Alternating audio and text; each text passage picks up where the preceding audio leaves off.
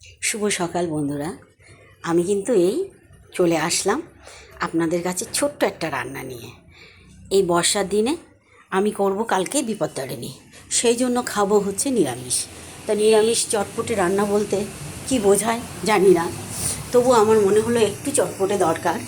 কেননা আমার গপু সোনা আজকে ওর মা আঁশ রান্না করবে, ও করেই খাবে, আর আমি নিরামিষ করব, নিরামিষটা নিচেই হচ্ছে।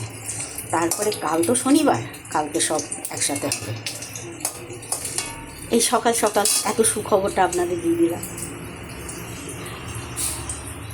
আপনারা কে কে কালকে করছেন বিপত্তারিণী? আমি কালকে করব, সেই জন্যই আজকে হচ্ছে নিরামিষ খাওয়া। আর আমি একটা চটপটি রান্না করব, দেখি এখন কেমন হয়, সেটা তো আপনারাই বলবেন কেমন হয়। বা আজকে আমি করছি, কিন্তু দেখুন কি করছি।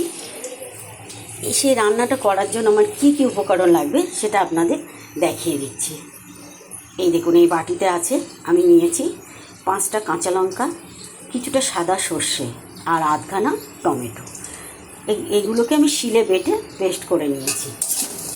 আর এইগুলো দিয়ে যে রন্ধনটা করব, আমি যে রান্নাটা করব, সেটা আমি এবার আপনাদের দেখাচ্ছি।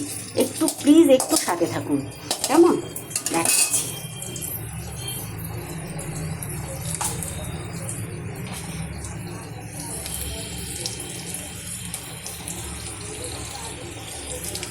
দিয়ে দিচ্ছি কিছুটা কালো জিরে, দেখুন কিছুটা কালো জিরে দিয়েছি কড়াইতে।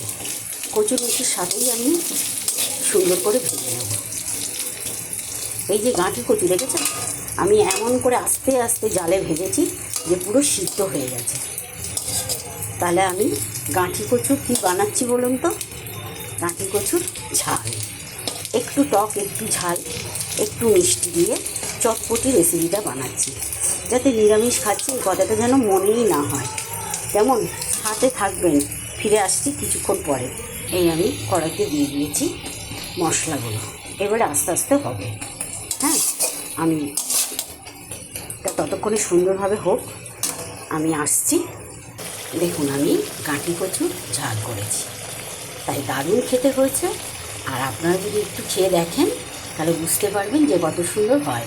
গাঁটি কচু আমরা প্রত্যেকে রান্না করতে জানি, কিন্তু আমরা সবসময় সব রান্না করে উঠতে পারি না। আজকে আমি এই রান্নাটা করেছি, এই রেসিপিটা করেছি, আপনারা একটু খেয়ে দেখবেন বানিয়ে, দুর্দান্ত লাগবে খেতে। আপনি মাছের ঝাল ভুলে যাবেন, এত সুন্দর লাগবে। আমি আজকে নিরামিষ খাবো বলে রসুন দিয়ে নিই, নাইলে আপনারা কিন্তু 2 কোয়া রসুন দিতে পারেন, কোনো চিনি কিছুই না।